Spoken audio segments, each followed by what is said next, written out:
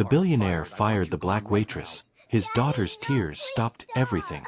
What if the person you treated the worst turned out to be the very person who could save what you loved most? Marcus Whitmore had built an empire on quick decisions and firm control, but on a rainy Tuesday morning in a small-town diner, his 7-year-old daughter Emma would teach him that some choices can't be undone with money. The moment he raised his voice at the young black waitress with a warm smile and tired eyes, he didn't see Emma's hand tighten around her favorite stuffed rabbit. He didn't notice how his daughter's breathing changed, or how her small body went rigid in the red vinyl booth. All he saw was a coffee stain on his expensive suit and a mistake that needed correcting. But when Emma's tears started falling, silent and steady, something shifted in that cramped diner. Sometimes the smallest voices carry the biggest truths. Where are you watching from today? Marcus Whitmore wasn't used to places like Rosie's Diner. The cracked leather seats, the faded photos of the town's high school football teams from decades past, the smell of coffee that had been sitting too long on the burner, none of it fit the world he'd carefully constructed. He'd grown up in places like this, sure, but that was 40 years ago, before the tech company, before the penthouse, before the divorce that had left him with weekend custody and a daughter who barely spoke to him anymore. He'd only stopped because Emma had begged him. They'd been driving back from her mother's house in Connecticut when she spotted the hand-painted sign that read, "Rosie's, best pancakes in New England." She'd pressed her small hands against the window and looked at him with those big hazel eyes that were so much like her mother's, and he couldn't say no. Delia Bennett had been working the morning shift for 3 years, and she'd gotten good at reading people. The older couple at table 4 wanted their coffee topped off every 10 minutes without asking. The construction workers at the counter needed their orders fast and their checks faster. But the man in the tailored suit with the little girl clutching a stuffed rabbit? She couldn't quite figure him out. He'd barely looked at the menu before ordering an espresso. They didn't have espresso, and when she'd gently explained they had regular coffee or decaf, he'd waved his hand like he was swatting away a fly. The little girl had ordered chocolate chip pancakes in a whisper so soft Delia had to lean in close to hear. "Coming right up, sweetheart," Delia had said, and she'd meant it. There was something about the child that tugged at her heart. The way she held that rabbit, the careful distance she kept from her father, the sadness in her young eyes that no 7-year-old should carry. The trouble started when Delia brought the coffee. The diner was packed that morning, and she was juggling 6 tables alone because Maria had called in sick. She'd balanced the tray carefully, the way she'd done 1,000 times before, but when she reached to place Marcus's cup on the table, Emma's rabbit slipped from the booth and landed at Delia's feet. It was instinct. Delia stepped back to avoid crushing the toy, and the tray tilted. Just a fraction. Just enough. The hot coffee sloshed over the rim of the cup and splashed across Marcus's sleeve and onto his lap. The diner went quiet. Marcus shot up from the booth, his face flushing red as he looked down at the dark stain spreading across his $1,000 suit jacket. Delia's apologies tumbled out immediately, her hands already reaching for the towel at her waist, her voice steady despite the panic rising in her chest. She'd seen men like him before, men who measured their worth by the price tags on their clothes, men who looked right through people like her. "Do you have any idea how much this suit costs?" Excuse me, could you wait? Marcus's voice wasn't loud, but it cut through the diner like a blade. "Do you have any idea how to do your job?" Delia kept her composure, kept her voice respectful. "Sir, I am so sorry. I'll get you some club soda right away, and of course there'll be no charge for your meal." "No charge?" Marcus laughed, but there wasn't any humor in it. "You think that covers it? Where's your manager?" Emma hadn't said a word. She'd just picked up her rabbit from where Delia had carefully stepped around it, and she was holding it so tight her knuckles had gone white. Roy Palmer had owned Rosie's Diner for 23 years, and he'd seen his share of difficult customers. But when he walked out of the kitchen wiping his hands on his apron and saw Marcus Whitmore standing there with coffee dripping from his jacket and fire in his eyes, he knew this wasn't going to be a simple fix. Roy was a gentle man, the kind who remembered everyone's birthday and gave out extra pie to kids who looked hungry, but he also ran a business. And men like Marcus Whitmore, men with expensive watches and cold expressions, those men could cause problems. Marcus didn't give Roy time to assess the situation. This waitress just threw coffee all over me. I want her fired. Right now. The words hung in the air like smoke. Delia felt her stomach drop, felt the eyes of every customer in the diner turn toward her. She'd worked so hard to get this job, had taken extra shifts to cover her grandmother's medical bills, had built a reputation as someone reliable and kind. And now this man, this stranger who'd been in her section for less than 10 minutes, was demanding her livelihood be taken away over an accident. "Sir, please," Roy said, his voice measured and calm. "Delia's been with us for years. She's one of our best. I'm sure we can work this out." "Work what out?" Marcus interrupted. "She's incompetent. She can't even carry a cup of coffee without causing damage. If this is how you run your establishment, maybe I should be talking to the health department instead of you." It was a threat, and everyone knew it. Roy's face tightened. He looked at Delia, and in his eyes she saw an apology that broke her heart before he even spoke. "Delia, why don't you take the rest of the day off? We'll talk later." It wasn't quite a firing, but it felt close enough. Delia nodded, not trusting her voice, and started to untie her apron with shaking hands. She'd held it together through the spill, through Marcus's anger. But now tears were threatening to fall, and she refused to give this man the satisfaction of seeing her cry. She thought about her grandmother waiting at home, about the bills stacked on the kitchen counter, about her dream of saving enough to go back to school. All of it felt impossibly far away now. That's when Emma started crying. Not the loud, dramatic tears of a child throwing a tantrum. These were silent tears that rolled down her cheeks as she watched Delia remove her apron.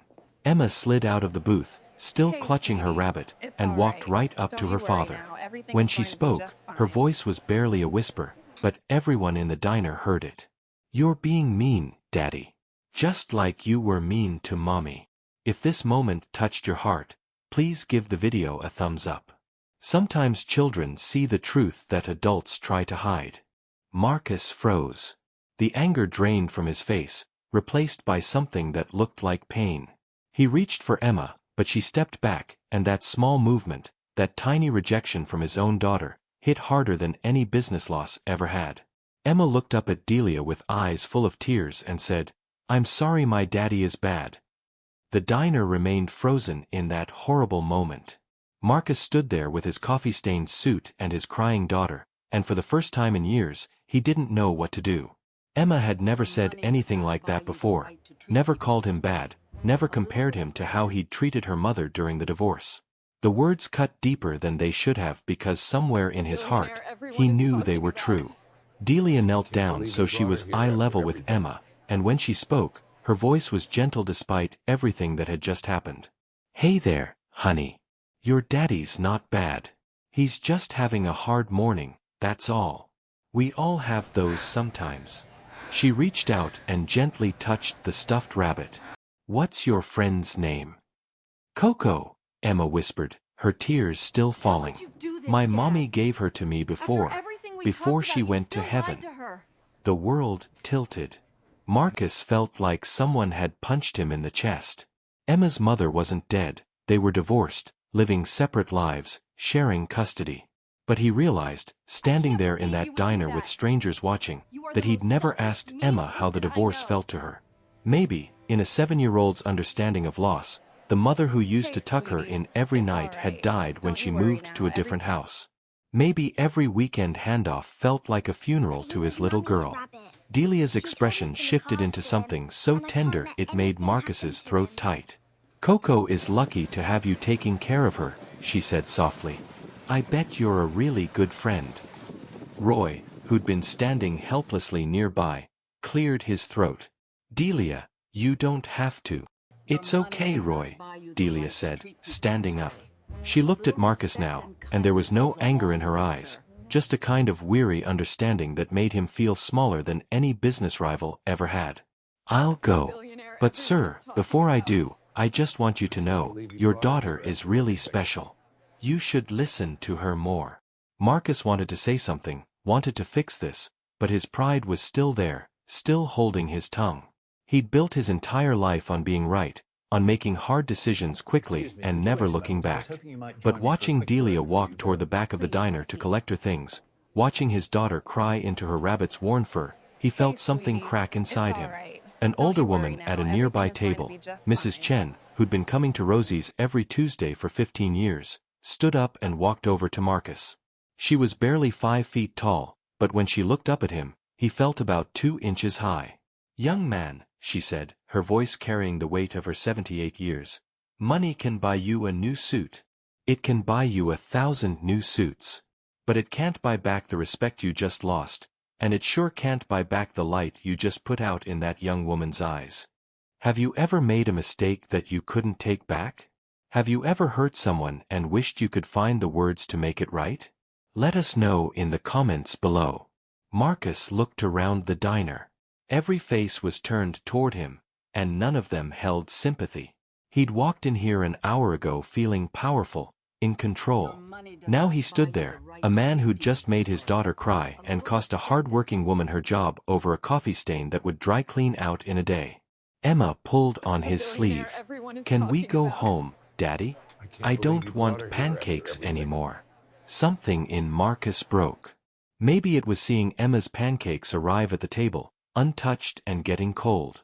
Maybe it was Mrs. Chen's words echoing in his head.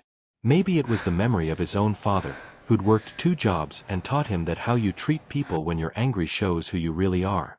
His father would have been ashamed of him today. "Wait," Marcus said, his voice rough. Delia had just emerged from the back, her jacket on, her face carefully composed. "Please wait." She stopped but didn't turn around. Roy stood protectively near her, and Marcus didn't blame him. He walked toward them slowly, aware that the entire diner was watching, aware that Emma had followed him and was standing just behind his leg. When he spoke, the words felt like they were being pulled from somewhere deep inside him. "I was wrong." It came out quieter than he intended, so he said it again, louder. "I was wrong. The coffee, it was an accident. I saw you try to avoid stepping on Emma's rabbit. You were being careful, and I took my bad morning out on you, and that wasn't fair." Delia turned around slowly. She studied his face, looking for sincerity, and Marcus made himself stand there and let her look. He deserved her scrutiny. "I've been angry for a long time," he continued, and he wasn't even sure why he was saying this, why he was confessing to strangers in a diner. "My divorce, my life, none of it has gone the way I planned, and I've been taking it out on everyone around me. Especially people who can't fight back. That's not the kind of man I want to be. It's not the kind of father I want Emma to see." Emma stepped out from behind him and walked to Delia. She held out her rabbit. "Coco wants to say sorry too." Delia's eyes filled with tears, and she knelt down again. "Oh, sweetheart, you don't have anything to apologize for." She looked up at Marcus, and after a long moment, she nodded. "Apology accepted. Will you please stay?" Roy asked her, relief flooding his face. "Your job's not going anywhere. Never was, if I'm being honest. I just needed to let things cool down. And I'll pay for the suit cleaning," Delia said quietly, but Marcus shook his head. "Absolutely not. I'll pay for everyone's breakfast this morning." He looked around the diner, at all the faces watching this unfold. "Everyone's. It's the least I can do." He turned back to Delia. "And I want to pay you for the time off, plus, is there anything else I can do to make this right?" Before Delia could answer, Emma tugged on her father's sleeve again. "Can Delia eat pancakes with us?" She never got to sit down. The request was so pure, so simple, that Marcus felt his eyes sting. He looked at Delia. "Would you, please? I think Emma and I both could use the company of someone who actually knows how to be kind." If you've been enjoying this story, subscribe to our channel for more heartwarming tales. Sometimes the hardest lessons come from the smallest teachers. Delia hesitated, then looked at Emma's hopeful face and nodded. "Okay, but only if you let me bring you a fresh cup of coffee, the right way this time." They sat together in that red vinyl booth, An unlikely trio. Delia brought fresh coffee and an extra plate of pancakes, and Emma insisted that Coco the rabbit needed her own spot at the table. The diner slowly returned to its normal rhythm, forks clinking against plates, conversations resuming, the hiss of the griddle in the kitchen. But at their table, something profound was happening. Marcus learned that Delia was 29, that she'd been caring for her grandmother who had Alzheimer's, that she dreamed of becoming a nurse but couldn't afford to go back to school yet. She told stories about regular customers, about Mrs. Chen's Tuesday tradition that had started after her husband died, about the high school kids who came in after football practice and left her drawings on napkins as tips. She spoke about the diner like it was sacred ground, a place where people's lives intersected over coffee and comfort food. Emma, who'd barely spoken to Marcus in weeks, started chattering away. She told Delia about her school, about her best friend Sophie, about how she missed having both her parents in the same house but she didn't want them fighting anymore. She showed Delia how Coco could do a little hop, and she ate every bite of her chocolate chip pancakes. And Marcus listened. Really listened. He saw how Delia's eyes softened when Emma spoke, how she asked follow-up questions and remembered details. He saw how Emma came alive under that gentle attention, the kind he realized he'd been too busy or too angry to give her himself. He understood, sitting there in that modest diner, that his daughter didn't need expensive toys or fancy restaurants. She needed presence. She needed kindness. She needed a father who saw her. When the meal was winding down, Marcus pulled out his wallet, but not for the reason anyone expected. He handed Delia a business card. "This has my personal number on it. I want you to call me. I'm funding a scholarship, starting today, for people working service jobs who want to go back to school. You'll be the first recipient. Full tuition, no strings attached." Delia's hands shook as she took the card. "I can't. This is too much." "It's not enough," Marcus said simply. "But it's a start. And I'm going to set up a fund here at Rosie's, automatic bonuses for the staff, because I have a feeling you're not the only one working harder than anyone should have to." Roy, who'd been listening from behind the counter, wiped his eyes with his apron. Emma leaned against Delia and whispered, "Are you going to be a nurse? Nurses help people feel better. You already do that." "Yeah, sweetheart," Delia whispered back, tears streaming down her face now. "I think I am." As they stood to leave, Emma hugged Delia goodbye, and Marcus offered his hand. Delia shook it, and in that moment, something passed between them. An understanding that people can change, that mistakes can become turning points, that grace given is grace received. Walking back to the car, Emma slipped her hand into Marcus's. She hadn't done that in months. "Daddy, can we come back next week?" "Yeah, baby," Marcus said, squeezing her small hand gently. "We can come back every week if you want." "Good. I like Delia. And I like when you're nice." "Me too," Marcus said softly. "Me too." If you enjoyed this story, please remember to like this video, leave a comment with your thoughts, and subscribe to our channel for more heartwarming stories. Sometimes it takes losing everything to find what really matters. Sometimes the people we overlook are the ones who teach us how to see clearly again. Thank you for joining us on this journey. Until next time, remember that kindness costs nothing, but its value is immeasurable.